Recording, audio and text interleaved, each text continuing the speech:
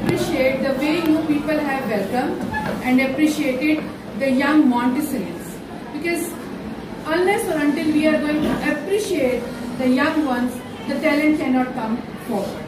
You all joined here on the day of, what should I say, the 75th anniversary of Pakistan.